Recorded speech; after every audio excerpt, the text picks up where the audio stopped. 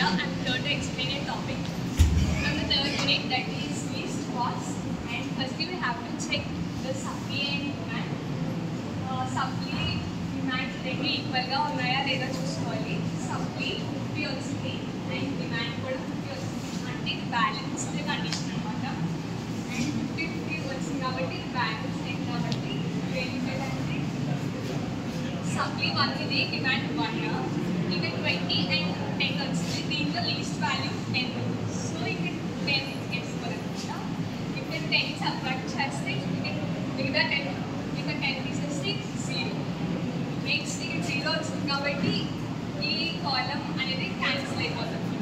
Next 2 తీసుకోవాలి.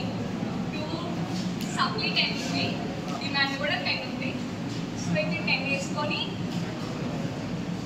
ఈ 10 cancel చేసుకోవాలి, ఈ 10 కూడా క్యాన్సిల్ చేసుకోవాలి. ఇక్కడ 0, ఇక్కడ 0 అయింది కాబట్టి ఈ కాలం కూడా క్యాన్సిల్ అయిపోతుంది. అండ్ నెక్స్ట్ 4 తీసుకుంటే సప్లై 10 ఉంది అండ్ డిమాండ్ 30 ఉంది. సప్లై తక్కువ ఉంది కాబట్టి 10 ఉంది కాబట్టి 10కి రాసుకోవాలి. 10 తీసేస్తే 0 ఉంటుంది, ఇక్కడేమో 20 ఉంటుంది. నెక్స్ట్ రిమైనింగ్ 5 ఉంది, 5కి సప్లై 20 అండ్ డిమాండ్ కూడా 20. సో ఈ 20 తీసుకున్నాం, ఇక్కడ క్యాన్సిల్ చేసుకున్నాం. సేమ్ ఇక్కడ కూడా క్యాన్సిల్ చేసుకున్నాం. ఇక్కడ 0 అయిపోయింది, ఇక్కడ రోజు కాలమ్స్ ఏం లేవు కాబట్టి క్యాన్సిల్ చేసుకున్నాం.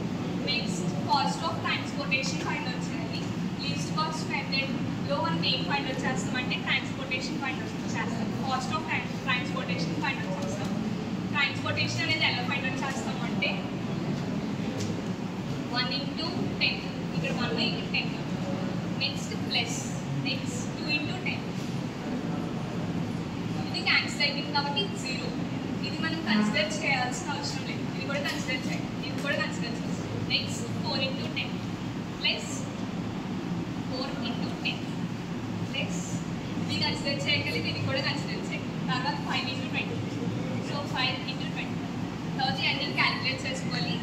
8, 10 ప్లస్ 20 ప్లస్ 40 ప్లస్